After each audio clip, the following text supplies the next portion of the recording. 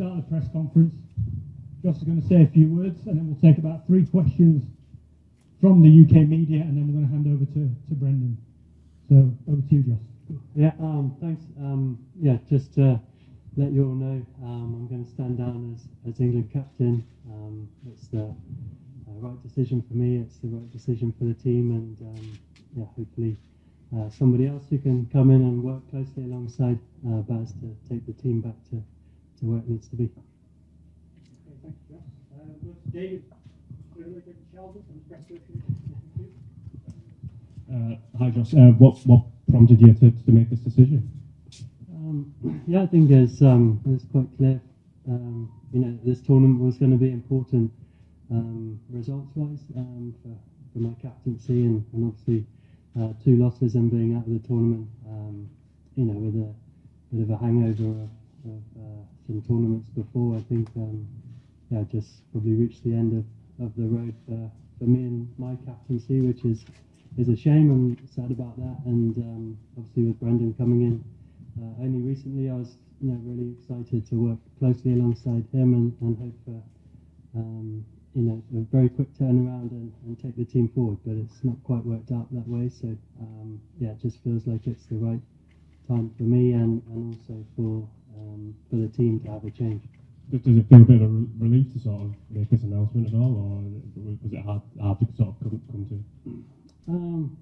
Maybe in time it will be. I think sort of overriding emotions are still sort of sadness and disappointment, but I'm sure in time that will pass, and can get back to really enjoy my cricket, and also I'll be able to reflect on what an immense honour it is to captain your country and all the special things that come with that.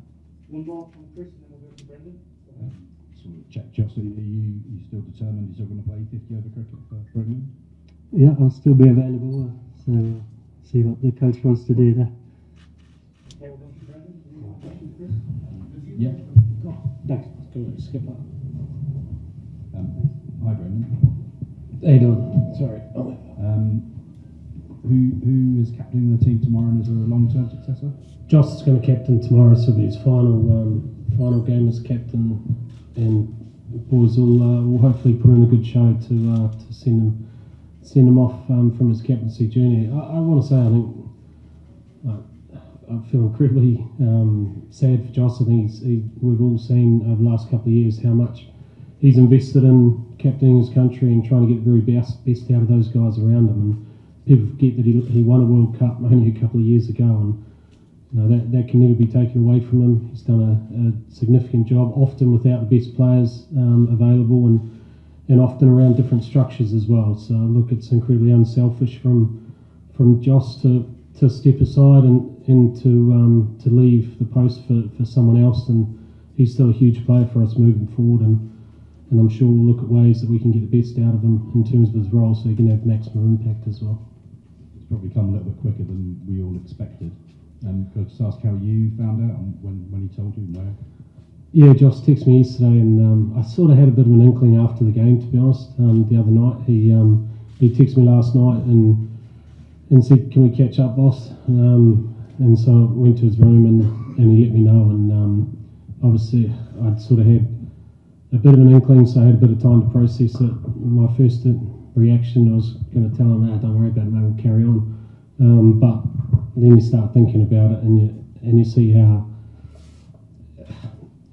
involved he's been trying to get the best out of these players, and and you look at what's right for Jos, and first and foremost they care about him as a mate, and obviously with your other hat on as a coach, you got to look at what's right too. But look, I think it's it's incredibly selfless from Jos to have made this call, and I want us to celebrate what he's been able to achieve. I said to the boys tonight when he let everyone know in the team room, I said sometimes it's not necessarily the time that you're in the post and the results that you get during that time, but sometimes the impact you have in leadership positions can be felt after you've left the post, and I'm sure that'll be the case. I think Joe Root was a classic example of that with the Test game. He was able to at least hold the fort to a degree under incredibly trying circumstances, and then the uplift of performance when when Stokesy took over, sort of followed from that, and hopefully it'll be the same across the white ball teams whenever we decide on who that person's going to be. Take a couple more, Tim, go ahead. Hi, Baz. You kind of talked about it there, but is a lesson from Jos's time that whoever the new captain is kind of needs a bit more support than he's had at times in terms of having his best players available and everything?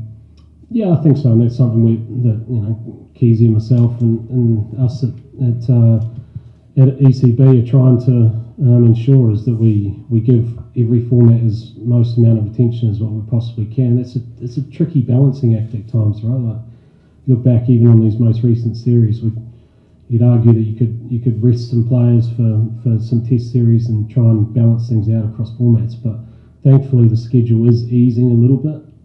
If we look at what's coming, I think we only played 10 test matches this year, which is significantly reduced from previously. So there's an opportunity to be able to play guys who might normally have been rested from one-day cricket or T20 cricket because they were focusing on tests to now be able to play them across formats too. So still, there's a lot to work out, but I'm hopeful that with some shrewd planning and a bit of an understanding of what our player pool looks like, we'll be able to make sure that we're competitive across all formats, because that's ultimately what the people that follow this team deserve, right? The fans of England, all those that call England their team that they support in world cricket across all formats deserve to see the results improve from where they are at the moment, and that's certainly our focus. So just touching on that, England's white ball captains of the last 10 years have been purely white ball players, but some of the candidates you might be looking at now are test players, I imagine. If they can't play everything because of the schedule, do you need a good deputy, vice captain, white ball vice captain, given that some of the other guys might be involved in test cricket, sometimes they can't do everything? Yeah, we're just going to have to work it out. It's all pretty raw, right? It's only kind of less than 24 hours old, so we've got a bit of time after tomorrow's game before we start to make some decisions and start to work out who the right person's going to be and what support they need and the structures we need to ensure are in place to be able to get the very best out of them and ultimately get the best results for the team. But there's some really good leaders that have developed. Again, that's a mark of Jos's captaincy. He's brought on other leaders within the group. They're not necessarily seasoned players, but they're young guys who have got good cricketing knowledge, and he's encouraged them to learn and develop as leaders. So there is some really good options floating around, and I'm sure whoever we decide, whoever we settle on, we've just got to make sure we give them the right support so that we can improve our performances.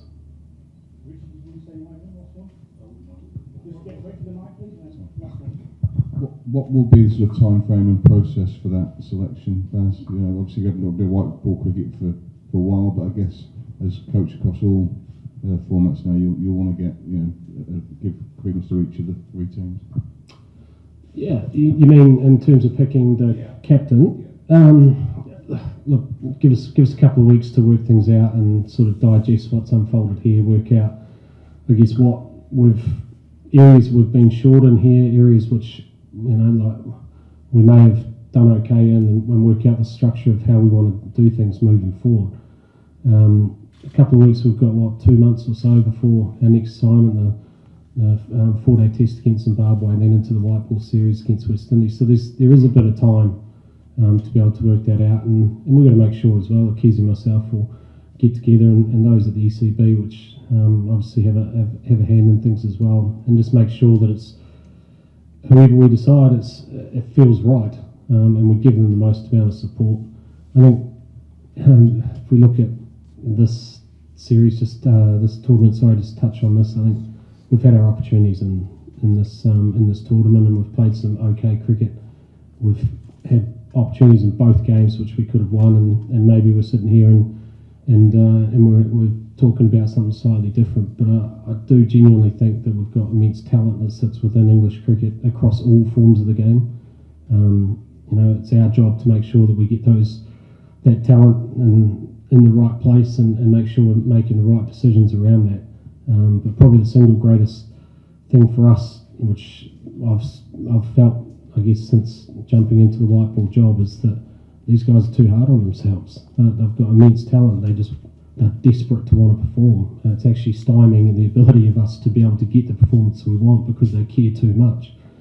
And that's not a bad thing. It's they're just desperate to want to perform for England, want to do right by all those that support the team, all those that support them. And until we get to that stage where we're able to still handle walking out there and playing without wearing defeat or wearing disappointment so heavily, then we're always going to stymie ourselves. So that's the job over the next little while. I feel like we've got there to a degree with the test stuff, and hence we've been okay with results. But I think if we can get that into this group of talented players and in white ball cricket, then it'll give us our best opportunity, and that's something that we'll be looking to try and do in the next little while. It'd be nice if we started half decently tomorrow and give ourselves a chance to feel what it's like when you play with a little less pressure on you. Okay.